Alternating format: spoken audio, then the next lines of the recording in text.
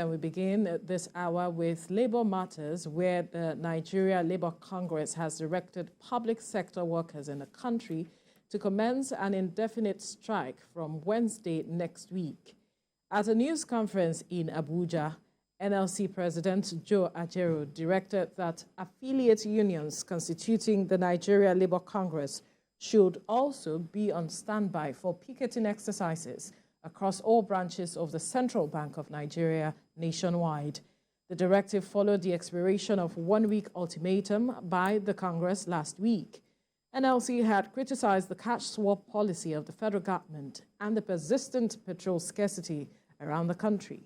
NLC President said the decision to picket the CBN branches became necessary as the federal government and the CBN have not shown any commitment to address the situation. From this week, from Friday, there will be mobilization of all state councils through a NEC meeting. All unions have already been directed to mobilize all their organs and their branches by Wednesday next week. All central bank from the CBN headquarters will be shut till further notice. Workers are directed to stay at home and join in the picketing exercise. Moving now to the nation's capital, where the Federal High Court sitting in Abuja has dismissed an application filed by suspended Deputy Commissioner of Police Abba Kyari, challenging the jurisdiction of the court to try him. The delivering ruling, Justice Emeka Nwite held that the powers of the Police Service Commission do not supersede the powers of the Federal High Court. Judiciary correspondent Celestina Area has details.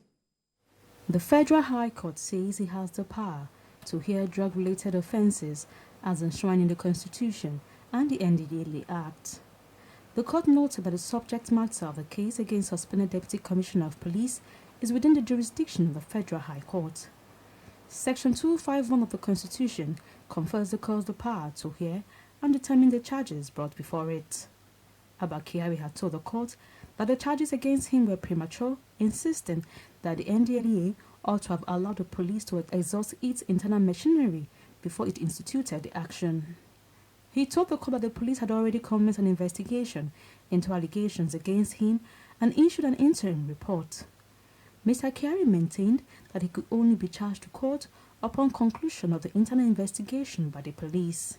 He argued that the Police Service Commission has similar powers to investigate and discipline erring police officers in line with the Police Act and regulations, the same way the National Judicial Council disciplines judicial officers.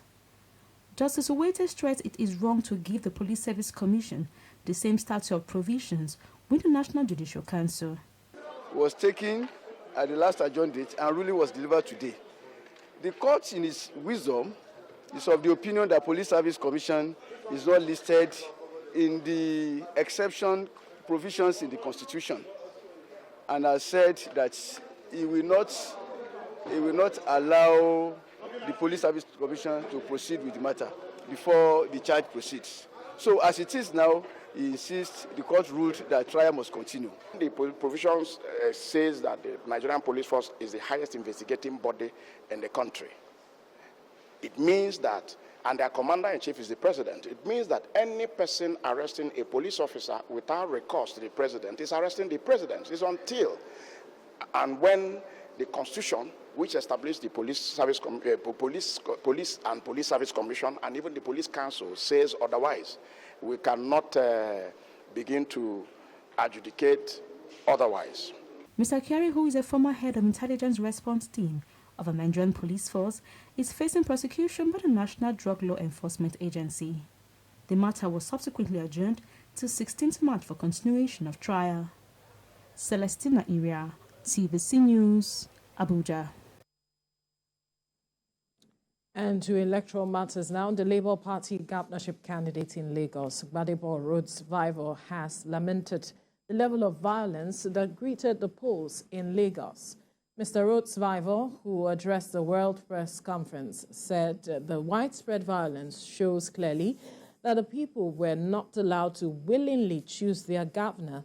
He reacted to the call by the president-elect for a healing process, that true healing will only happen when justice is done.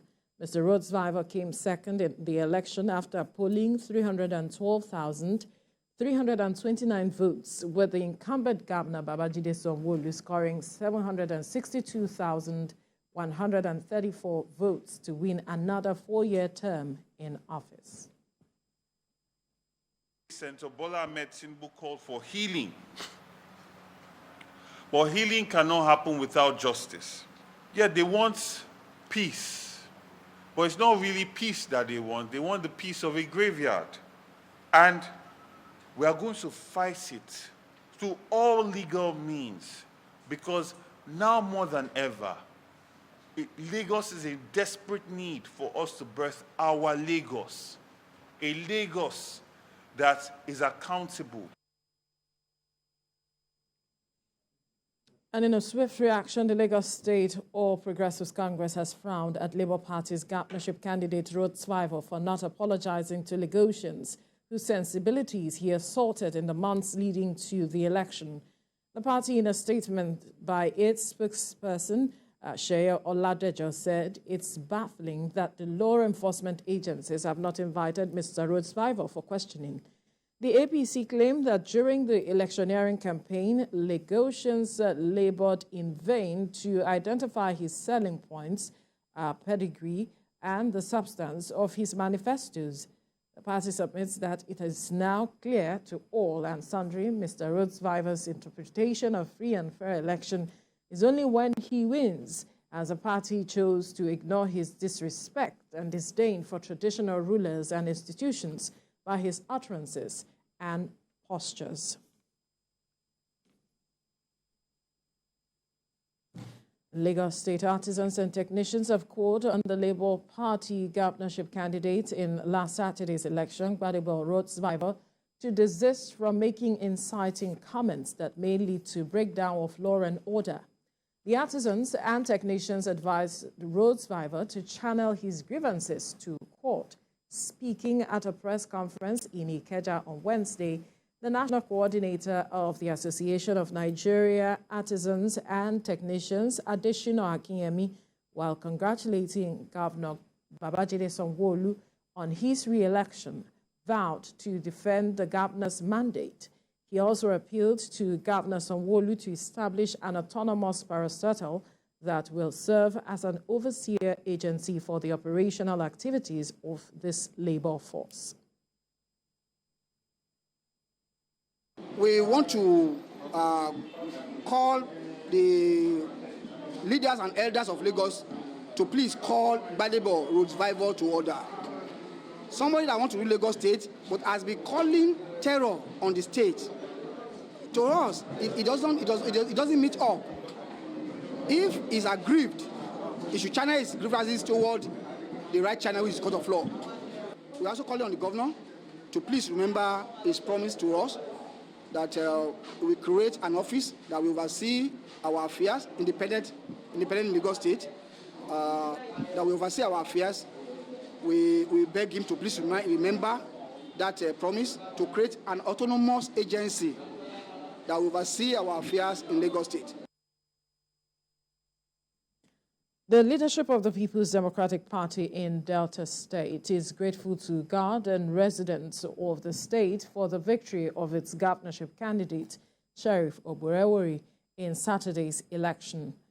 Executive Assistant on Communications to Delta State Governor Fred Ogenesive said the party's victory in 21 out of the 25 local governments is an attestation that the numerous media propaganda by the opposition against the party could not sway voters as expected by political detractors.